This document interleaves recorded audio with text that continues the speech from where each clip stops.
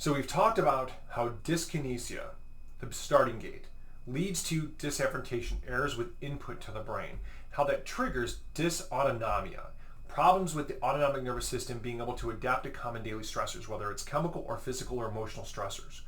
Over time, when nerves that wire together fire together and the brain is stuck in that stress response long enough, we see a persistent dysautonomia, meaning that the brain is stuck in this ongoing stress response and it cannot reverse it on its own.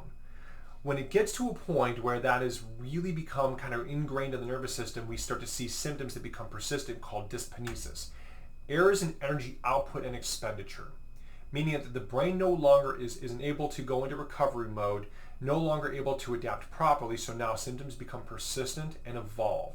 What they do over time is they progressively weaken the brain's ability to recover on a daily basis, kind of like a slow leak in a tire, wearing them down, wearing them down, wearing them down, and the symptoms become bigger and bigger and bigger issues. Maybe it's your child's anxiety begins to mount and becomes social anxiety and selective mutism. Maybe it's your child is going on an IEP because their ADHD is so affecting the way that they learn and it's affecting home. Or maybe it's their temperament is getting to a place where it's becoming progressively worse and they're becoming more angry or more aggressive, or they're starting to become violent towards you, or they're having issues at school with aggression. And you're seeing this constant evolution. In some kids, it can go all the way down the road of disconnection. When we talk about disconnection is when the nervous system gets to a place where it cannot recover. The two parts of the brain, the right hemisphere and the left hemisphere, they can become so imbalanced, there can become this thing that they call a functional disconnection, where the wiring of the brain is so out of sync. Now we've got these really persistent symptoms. In some kids, it will transition all the way down the road to where it turns into things like autism, which is the most significant type of a disconnection that you can have neurologically, because now the right side of the brain and the left side of the brain are completely out of sync. The goal of everything that we've talked about here is to lay out a process. But the most important piece to all of this is, how do we change it? If a child's brain is stuck in this state of disconnection, disorganization, can't recover, can't do what it needs to, how do we change the child's quality of life for the good? Well, one of the big things here that we talk about on a daily basis is when the nervous system is at that point, it's important that we stop the process in its tracks. Many of you, when we talk, you've done a lot of the things. You've done the nutrition, you've done neurofeedback, you've tried meds, and a lot of these things have had limited, if no benefit at all. Some have made some progress, but really never taken things over the next place. When we talk about what we do here, when we go through the process of analyzing a child's nervous system, it is very specifically so we can understand how that cascade, the dyskinesia, led to the disafferentation, led to the dysautonomia, led to the dyspinesis, and then potentially all the way down the road to disconnection, how far that process has gone. So that when we gather information, we do our neuroscans, we do our physical exam, we do our neurological exam, it helps us to play CSI so we can then understand what is necessary to use the adjustments that we do and this technology that we have and the exams that we have to then guide that child's brain to calm down, start to rewire, start to refire, so the brain can begin to function differently. And what that is literally a reversal of the sequence of events that we talked about, because as the brain calms down, as the brain slows down, it begins to rewire and refire.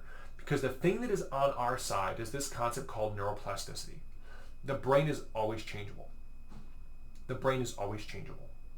If we give the brain the influence that it needs, turning on the proprioceptors with each and every adjustment, what the research has shown very clearly is each adjustment to the spinal column lights up a nerve called the vagus nerve, which goes directly up into the cerebellum and the prefrontal cortex, and it turns on the prefrontal cortex. And if we can keep that on, we can keep the brain in a state of positive change. And it begins to rewire and refire. We start watching symptoms begin to decrease. And then over time, given enough time, the brain begins to rewire, refire, and it starts to change the way that it functions internally, so much so that that dysautonomia becomes a well-balanced autonomic nervous system, and the output that we begin to see, the dyskinesis starts to go away. We start to watch improvement in symptoms. Now, in some kids, right, expectations are different, right? Some kids, we're going to get full resolution. If a child has autism, well, you know what? Improvements in quality of life are still very likely because we've cared for tons of kids with autism.